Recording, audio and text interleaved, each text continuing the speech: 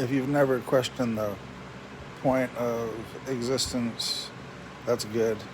Probably means you're content enough with your life as it is without needing to contemplate your belly button or angels or demons or the complexity of the concept of God through generations and eons. Probably fortunate. So demons. My wife somehow is living across the ocean from me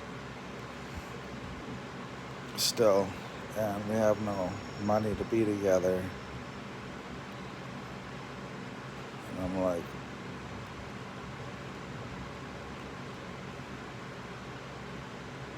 just in shock at the situation.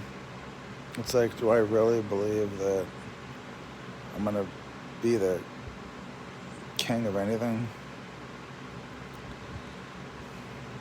Is there any other way to see her? I don't think so. I wrote a 300-page book last summer and edited 58 pages of it 2 days ago.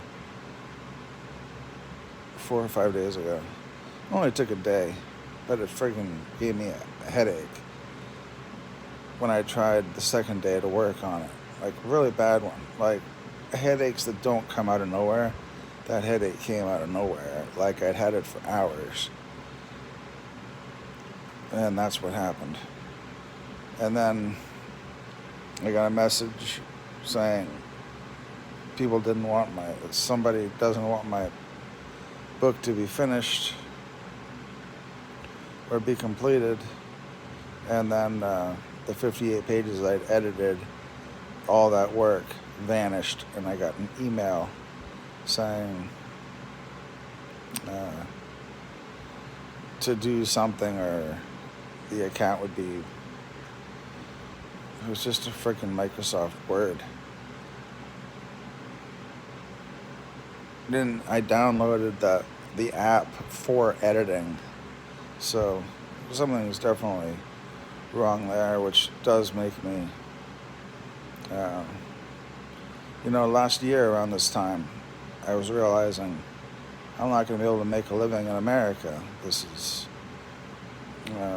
a bad situation for me, and this is when I began wanting to go to England. I can't believe we've made it a year since then. I can't believe. It's amazing. It's really amazing. Let's see. Magic 8 Ball. Am I really going to be the king of England in the next year? Concentrate and ask again. Will I be the king of England within the next 2 years?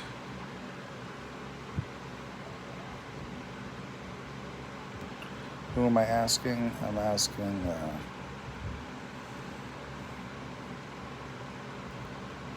truth.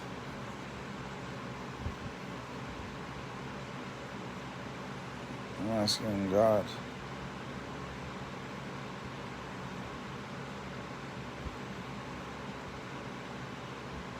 The God of truth.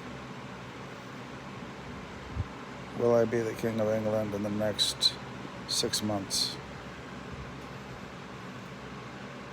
Reply hazy, try again. Am I already the king of England? But we just haven't moved there yet. Cannot predict now.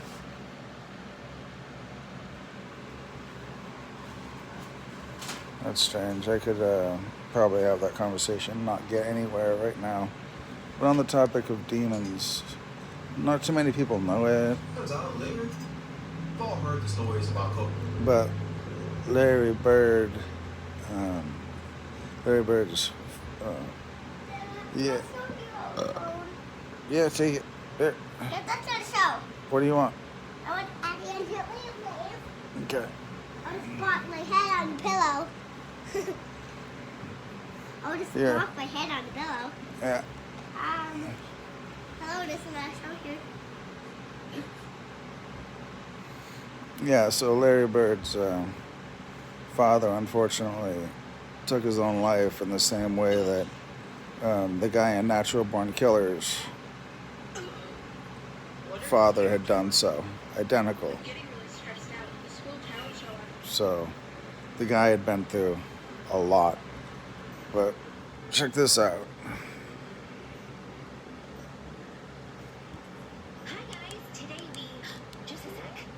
We've all heard the stories about Kobe Bryant, and most of us have actually seen with our own eyes how incredibly tough the guy was. Trying to play with a freshly sprained ankle to really make it to the playoffs. There's no way his ankle's sprayed. He's an actor. He was an actor. Actor. I've had sprained ankles, dude. Bad ones. That's not how you act. Bird was such a warrior that he often didn't even like to let the team staff know he was hurt. That is until later in his career when his back had deteriorated to an unbearable point. And because Bird was such a warrior, today I want to tell you guys 4 crazy stories about Larry Bird's insane level of toughness. What's up, NBA fans? Dom 2K on the mic, and you've probably seen the shots of Larry Bird torturing himself later in his career when his back was forcing him into retirement. Alright. You hear that? Torturing himself. Why do we do it? Being driven by what?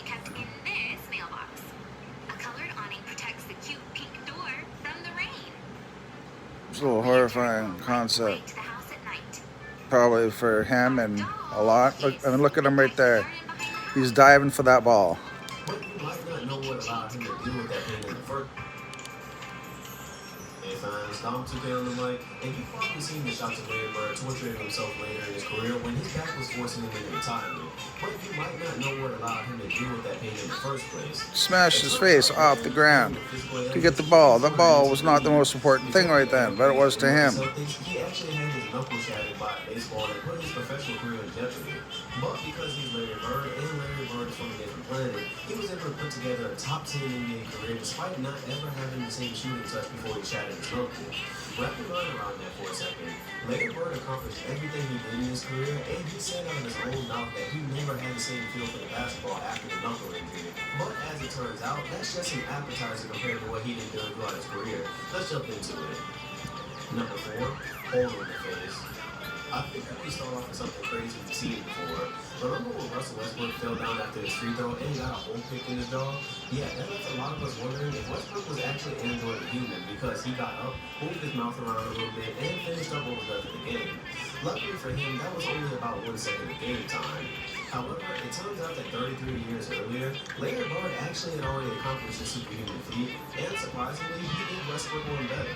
I originally thought there wasn't footage of this on YouTube, but I'm so thankful there was because you need to witness how brutal this was. In a 1982 game against the Milwaukee Bucks, Larry Bird drove left to the basket and tried to make a routine jump shot. He claimed off the rim, Bird went up to rebound his own miss and was violently elbowed by power forward Harvey Catchings. When Westbrook's injury was an accident by his own teammate that didn't even look too bad initially, it's a bit difficult to look at this footage and say it wasn't on purpose, and you actually cringe a bit when you see how hard the shot was.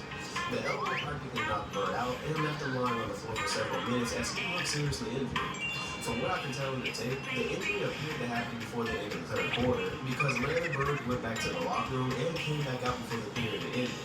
In the fourth quarter, playing with what we now know with the fractures I got in March, Bird would score 8 more points, including a poster dunk, 2 assists, adding some defensive hustle plays, as he was even shoved out of bounds during winning possessions.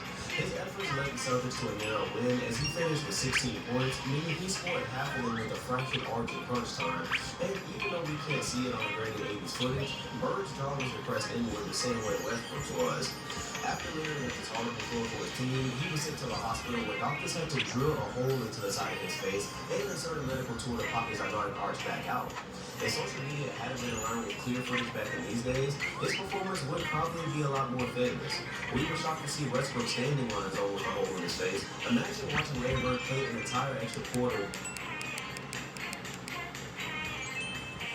The doctor cut 2.5 inches into his toe to let the infection drain. Larry wrapped up the foot and paid the exact same night. Unfortunately, I can't find any kind of information on when this game was, who it was against, or anything like that. And I can't even see how he performed. But when he got done with the game, the rap was obviously soaked in blood, and he was in considerable pain during the game. If it's anything like the other ridiculous games Bird had after some kind of injury that should have had him sitting for days, it's safe to say he performed well. But the fact that he played with a 2.5-inch cut into his toe with no pain meds is impressive enough for me. Number 2, double vision. A lot of people can't even shoot and it's just one basket sitting still. So imagine trying to play in a professional game, you fracture your eye opener, and you're seeing 2 baskets. Now, the injury itself sounds pretty comparable to what Derrick Rose had not too long ago. The difference here being that Rose got hurt before the season and was able to get his problems to a manageable point before playing in a real game. Bird, however, would not be so lucky. In the 1988 game against the Cavaliers, Bird was on fire, having scored 13 points in the first quarter. But when he spun away from Craig Elo with a clear lane to the basket, Del Curry, of all people, would rotate and hit Bird with a violent elbow to the side of his face. Kind of ironic that before Del was raising the great shooter of all time, he was apparently trying to take out the best of his generation. People were always trying to take out Larry Bird. He was white. He was the greatest, and nobody could stop him. So if they can't stop you, they tend to try to hurt you because they're kind of primitive athletes. Professional athletes are usually criminals and very troubled people. They're driven. So that's what drove Larry Bird. You know, both my heroes, my real heroes, Kurt Cobain and Larry Bird, they both had the same terrors of similar.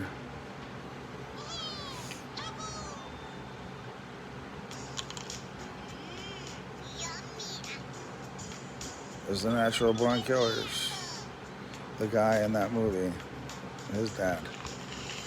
Sad stuff. And I have to kind of claw through some of my days, which is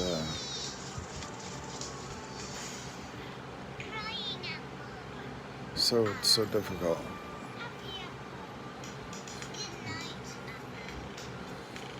Well, I'm at least trying now. Went to the gym 3 days ago. Surprised myself a lot by bench pressing 225 pounds and actually hit the the thing that you put the weight on the bar that holds the bar up on the bench. I pushed the bar right up into that and still was able to get up and put it back up. So I did it, but I think that probably added a little bit of a soreness or a tear. Not a big deal. I went to the gym yesterday, and this is after 5 years of being pretty inactive. You could say totally racked with demons. I mean, you want to know what it's like to have all these female, vengeful women that want vengeance and want me to get it for them. It's like having elephantitis of the balls. Having like 6 or 8 women laying on you and having your dick sucked for like 5 hours. But you can't come.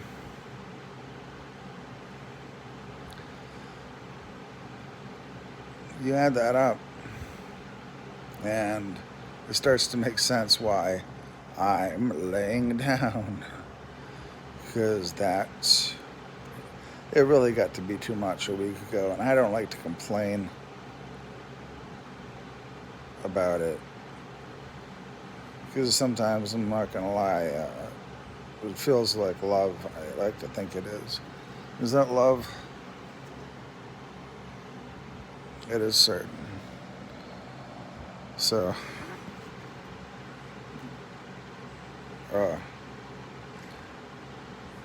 it's a lot of pressure. It's a lot of pressure.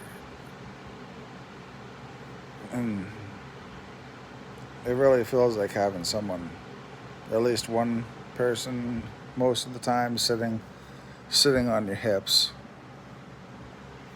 Oftentimes, someone on your neck.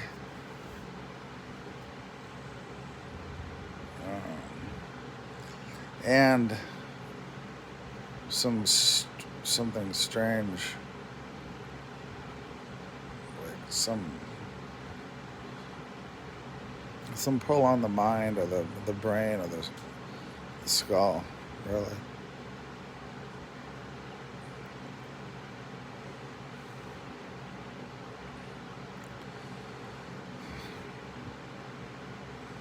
I do my,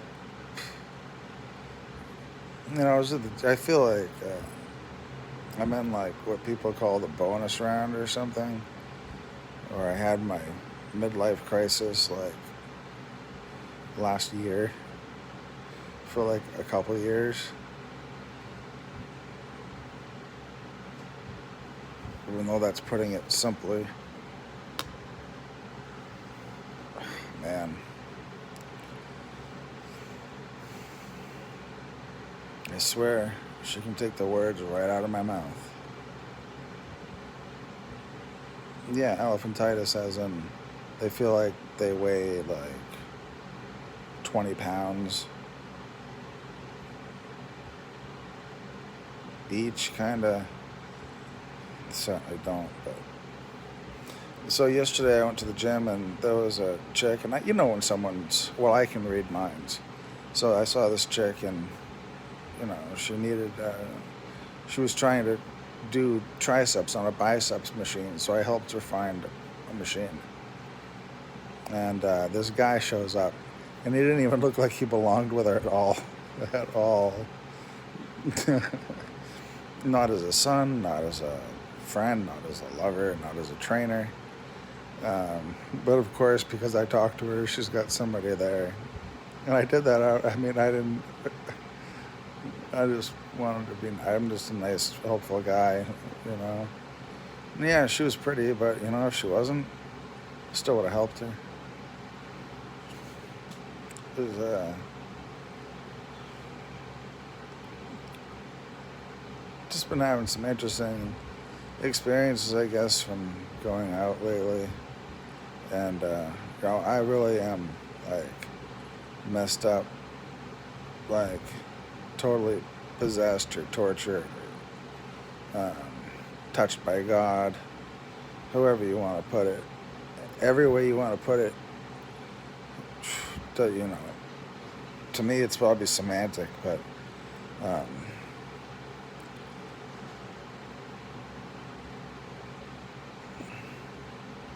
if I'm not going to be, I can have some influence on things from here,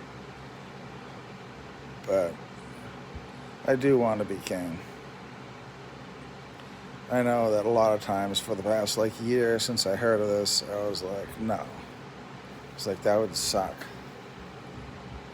For the most part. Then a month ago, I was like, I want my wife. I want her to have a crown. So it made sense to want the crown. And whether I do or don't want, women, men know how women are. We love them because of how they are. They're so dumb and they're so smart. And they have a way of making themselves our problems. When we have a problem that's weighing on our mind, they'll know.